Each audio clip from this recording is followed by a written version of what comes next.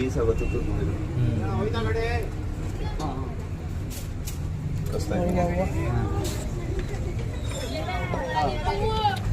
ಕಚ್ಚುತ್ತೆ, ವಿಷ ಇಲ್ಲ ಅಣ್ಣ. ಅಂತಾರೆ ಕನ್ನಡದಲ್ಲಿ, ತೋಳದಾವು ಅಂತಾರೆ ಕನ್ನಡದಲ್ಲಿ.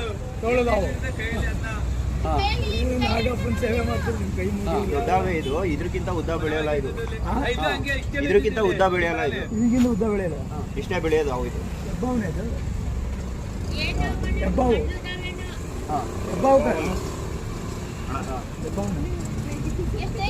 ನೋಡಿ ಕಷ್ಟ ಐತೆ.